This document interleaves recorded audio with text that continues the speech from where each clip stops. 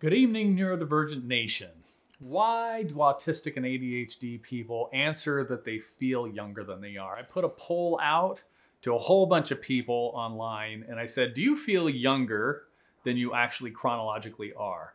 And I got the overwhelming response that yes, people do. And I'll tell you right now, I feel 30 to 35 years old, even though I'm way, way older than that. So why is that? Okay. Many autistic and ADHD individuals report feeling younger than their chronological age, which may come with an internal sense of emotional, social, or psychological immaturity compared to their neurotypical peers. So what this does is this contributes to feelings of not fitting in or making social faux pas. This phenomenon, it's not universal, but it is a recurring experience for many of us, often tied to the neurological differences in how we process the world. So let's explore the potential reasons behind this and the science supporting it. Number one, developmental asynchrony. A common characteristic in both autism and ADHD is developmental asynchronicity, which is the uneven development across domains such as cognitive, emotional, or social abilities. This means a person can be super intelligent, or their IQ can be pretty high, or they may be finding school like super boring because they aren't teaching to your level or the way that you learn, or you could be losing it in front of people or having frequent meltdowns more than would be expected for your age, or having problems with people like talking to them or just being with them or looking at them. This asynchrony often results in gaps between intellectual understanding and emotional maturity. And again, this can really make neurodivergent people feel out of sync with their age group. And as such, they may have a long history of hanging with or befriending people who are much older than them or possibly much younger than they are. So when I was a first-year high school student, I was a freshman, many of my friends in my group were mostly seniors and maybe a couple juniors in there. But I tend to get along better with people far older than I am, and I find that I connect better with those who are younger than me also. The problem with being a freshman with a whole bunch of friends who are seniors and juniors is once they graduate and they move on, you're like basically alone. So I was a junior and I didn't have hardly any friends, just a couple of them. And that kind of sucked. But if you have ADHD, you might have higher intellectual capabilities than other people, but you still might struggle with impulse control or emotional regulation or maintaining attention, which can make you feel behind in various life stages. And it might make others think that you're immature or younger than you are. So when everybody else is out there filling out college applications, you might just be doing stuff. When others are working hard at their 9-to-5 jobs, you may find yourself just trying to stay with your non-serious job because, well, frankly, serious jobs suck. I always thought it was cool how so many could just find a career and go with it and do it forever. I wish I could do that, but I couldn't do that because it felt like torture to me.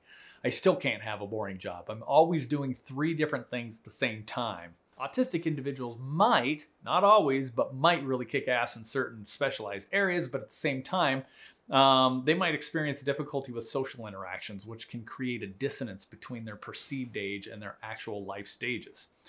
A 2015 study by Pennington and Ozanoff on development trajectories of ADHD and autism noted that both groups show delays in executive functioning when compared to neurotypical peers. What do we know about executive functioning and ADHD? They help regulate social understanding and emotional regulation and impulsivity. Nothing has made me feel more immature than when I impulsively make a joke that people feel is more on the inappropriate side. I find poop and fart jokes hilarious, like a 12-year-old. People have been disapproving of my humor my entire life, to say the least, because I keep saying things impulsively and just as a joke, but it totally gets taken out of context or gets taken the wrong way by serious grumpies. I don't know that I'm ever going to grow up with my Austin Powers and my Jim Carrey style humor, but in a world that's so fast to judge and put someone down, especially if you're excelling and you're rising in certain areas, these differences I have contribute to my persistent feelings of being younger than I actually am. Sometimes I wonder if it's like being in a boiling crab pot. So check this out. Picture it, if you will. A group of crabs in a pot. The heat of the water's rising and one crab starts climbing toward the rim to get out, desperate to escape.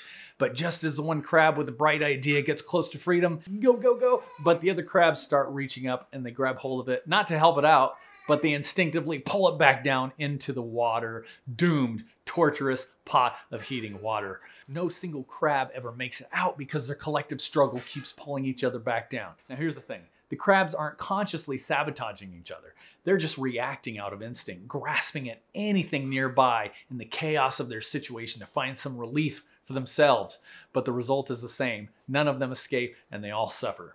Maybe you're like the crab in this world of ever-increasing metaphorical heat and boiling water. You act different, you think different. You're trying to get some relief, but you may have found a way out. But then other people who suck, they're also suffering and they pull you back down. They might not be able to rise up to feel better, so they try to get on you or at least step on you to get themselves up. It sucks when other people step on other people to try to lift themselves up. Anyway, I've noticed an awful lot of crab pot mentality in this world, and I feel like we should all get out of it. We should all rise up, and we should all find a way and get out and grab somebody else on your way out. Lift them up. All right, number 2, there are differences in emotional maturity. Let's talk about emotional regulation challenges. They're well documented in both ADHD and autism, which can make emotional development feel delayed. Many individuals with ADHD experienced heightened emotional sensitivity and difficulty modulating emotions, also known as emotional dysregulation, which may result in a feeling of emotional immaturity. Similarly, autistic people may struggle with understanding and processing emotions in the same way as neurotypical people do, and this might contribute to feelings of being emotionally younger. So that's another possibility. ADHD researcher Dr. Russell Barkley posits that emotional self-regulation is often delayed in people with ADHD by as much as 30% compared to their chronological age. This means that a 20-year-old with ADHD might function emotionally as though they are 15 years old. All right, number 3, hyperfocus and interests. Another factor that may play a role is the intensity of special interests or hyperfocus in both autistic and ADHD individuals. Often, these interests may be perceived as childish by societal standards, particularly if they involve media or activities that are traditionally associated with video games or collecting items. However, these interests provide a great deal of comfort, structure, and joy to many people, me included. Personally, I'm really into things that some kids are into. Okay, it's very cliche. I really like model railroading, and I'm gonna get a new HO scale setup. And why HO scale? Because they're very common. They're less expensive than the N gauges or the O gauges, especially the G scale. Super cool though. Here's a little fun fact. When I was younger, I had a 4-foot by 8-foot HO scale layout with lots of model buildings and people and trees and a mountain and a hill, a little tunnel. And I had between 20 and 30 engines and cars. In fact, I actually owned Doc Severson's Lionel train set. I inherited it from my neighbor because Doc Severson was their relative and he came over once and I got to meet him when I was young. And he even wrote me a thank you note and that was super cool. Anyway, in autism, special interests often take on a highly focused nature, and engaging in these can create a sense of timelessness. And that's really nice. When a person immerses themselves deeply in something that provides comfort, they might not align with the typical aged process. Instead, they might feel stuck in a younger version of themselves, or they might not feel stuck at all and just may enjoy feeling like a younger version of themselves. ADHD individuals may also experience a similar disconnect when engaging in hobbies and activities that they hyperfocus on, often disregarding typical age-appropriate activities because their focus and their passion do not align with social expectations sometimes. Number 4, difficulty with life transitions. This is a big problem. Both ADHD and autistic individuals often find transitions between life stages challenging. So whether it's like a move from high school to college or entering the workforce or moving into a more socially complex adult responsibility or relationship such as marriage or parenting, these transitions can be overwhelming and delayed for many people. In a 2013 study in the Journal of Abnormal Child Psychology, it highlighted that ADHD individuals often face significant difficulties transitioning to adulthood, including delayed independence, employment challenges, and an overall slower pace in reaching traditional milestones. Does that mean they're wrong? Absolutely not. It's just a different timeline for them. These delays might create the feeling, though, that they are not as adult as their peers. I just heard somebody say that this week that I was doing counseling with. They feel like they're way younger than their peers. It's very isolating for them. And all this further reinforces the sensation of being younger. And if people don't see you as adult-like, then they tend to treat you as childlike. Number 5, rejection of traditional norms.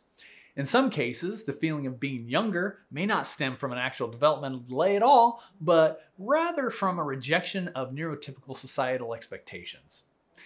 I constantly counsel people to take all the expectations in your life and reassess them, reevaluate them, see if the expectations are good for you or not.